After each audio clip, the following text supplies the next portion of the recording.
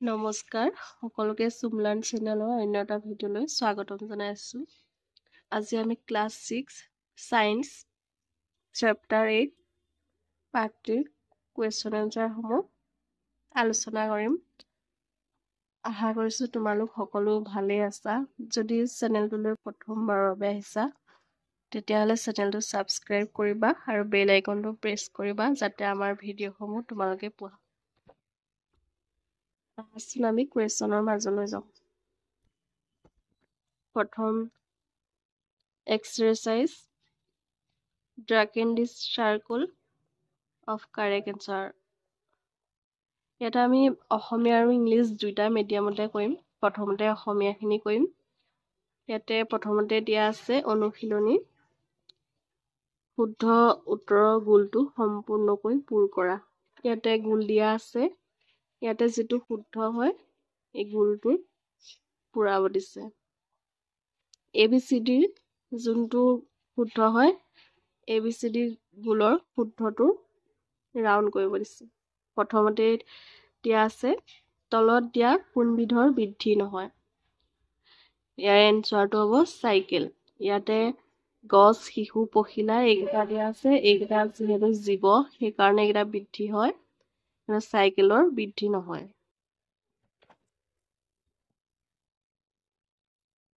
Next দিয়া আছে বীজৰ অংকুৰণত তলত দিয়া কোনবিধৰ প্ৰয়োজন।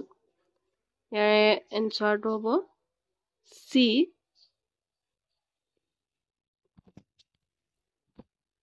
আমি এতিয়া ইংলিছলৈ আহোঁ। 1 নম্বৰ দিয়া আছে which of the following does not grow'. ইয়াৰে এনচাৰ হ'ব cycle. Next which is not a requirement for seed germination. Answer হ'ব ফাৰ্টিলাইজাৰ। 3 নম্বৰতে দিয়া আছে মাছে কিহৰ সহায়ত পানীত সাঁতুৰি ফুৰে। ইয়াতে এনচাৰ ফান। 4 নম্বৰত দিয়া আছে তলৰ কোনবিধ প্ৰাণী মাটি আৰু পানীৰ উভয়তে থাকিব পাৰে। ইয়াৰ শুদ্ধ উত্তৰটো বি ভেকুলী। 5 নম্বৰতে দিয়া আছে তলত দিয়া কোনবিধ গছৰ পাত স্পৰ্শ কৰিলে জাপ খাই যায়। শুদ্ধ উত্তৰটো হ'ব লাজুকী লতা। 6 নম্বৰ মহে ক'ত কণী পাৰে। তো এ হ'ব বন্ধ পানীত।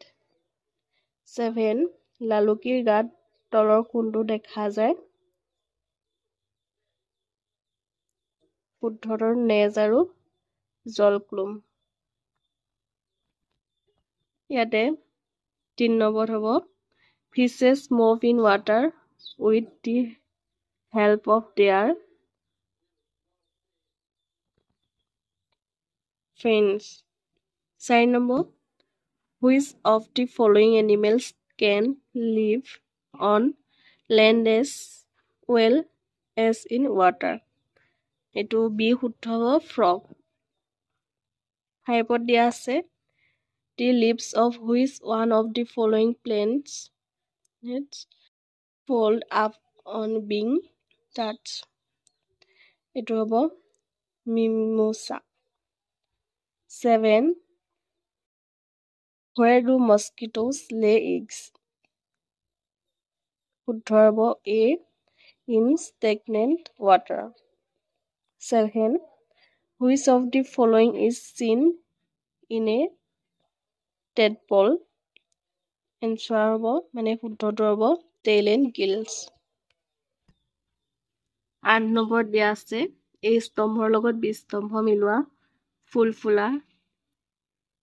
ফুল ফুলাটো হ'ব উদ্ভিদৰ চলন। ৰেচন এইটো বি স্তম্ভৰ 3টোৰ লগত মিলিব গাৰ পৰা ওলোৱা পানী আৰু বৰ্জনীয় দ্ৰব্য। কাণ্ড ওপৰলৈ বাঢ়ে। শ্বাস প্ৰশ্বাস দেহৰ ভিতৰলৈ আৰু বাহিৰলৈ বায়ু আদান প্ৰদান। ইয়াতে মিলাই থোৱা আছে তোমালোকে চাই ল'বা। এতিয়া আমি ইংলিছৰ তালৈ আহোঁ। মেটছ দি কলম এ উইথ কলম বি। কলম এৰ লগত কলম বি মিলাব দিছে। কলম এত আছে 1ত এ opening of flower এইটো moment in plant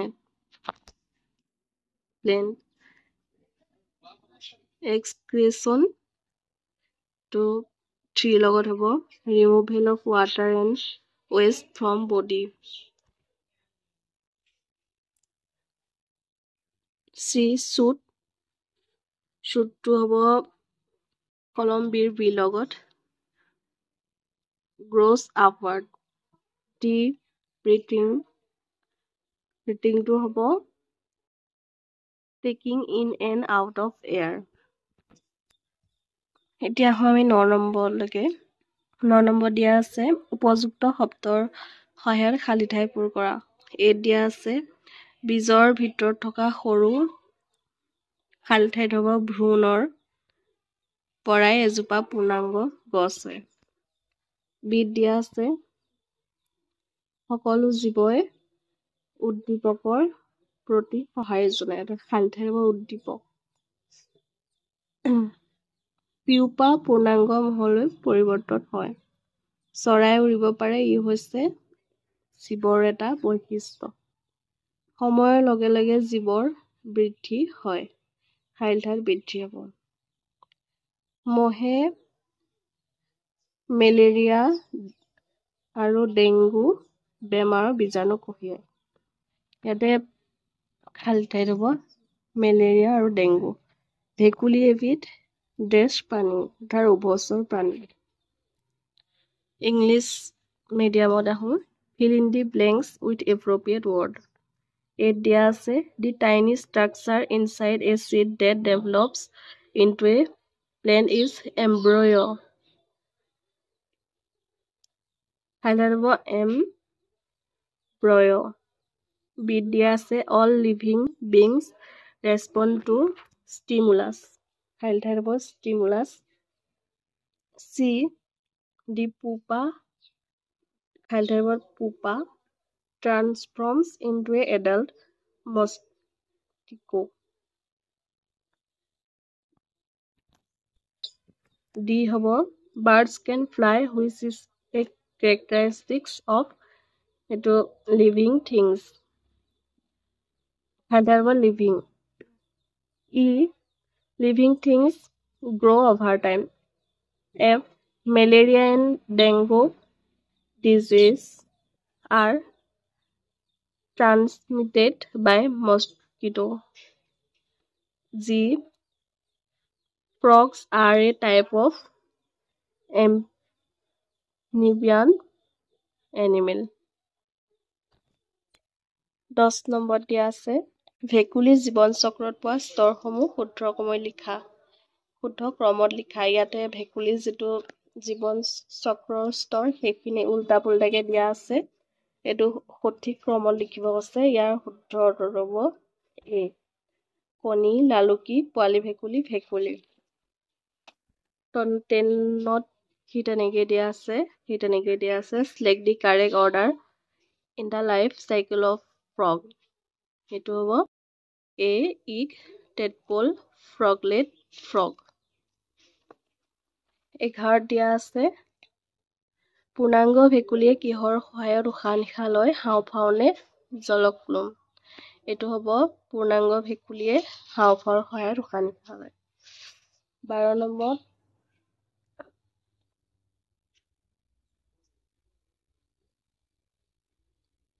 hello'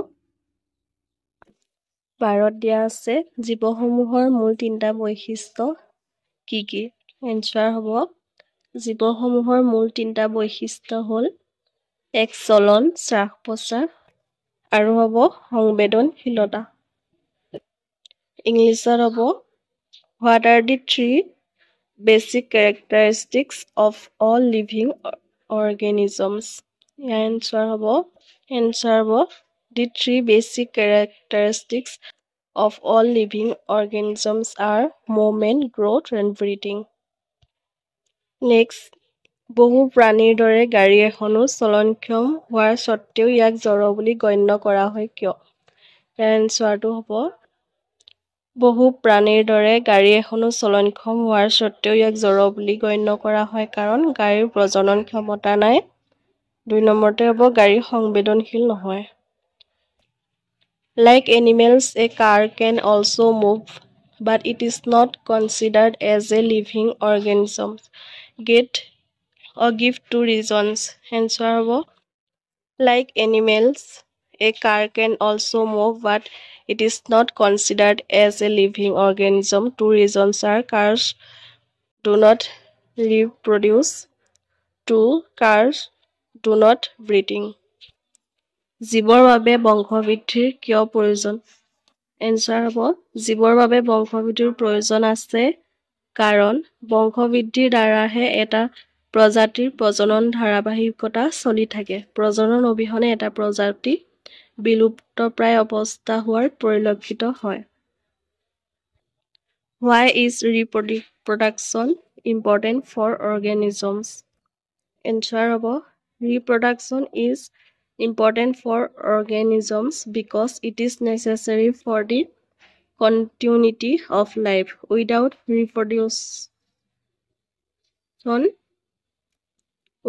reproduction, a species would eventually become extinct. 15 number দিয়া আছে ভেকুলীৰ জীৱন চক্ৰৰ বিভিন্ন দশাসমূহৰ নাম লিখা। এনচাৰ হ'ব ভেকুলীৰ জীৱন চক্ৰৰ বিভিন্ন দশাসমূহৰ নাম হ'ল কণী, লালুকি, পোৱালি ভেকুলী, ভেকুলী। Name the defined stages of the life cycle of a frog. Answer the defined stages of the life cycle of a frog are egg, tadpole, froglet, frog. 16 number দিয়া আছে মহৰ জীৱন চক্ৰৰ ছবি আঁকা। এইটো হৈছে মহৰ জীৱন চক্ৰ।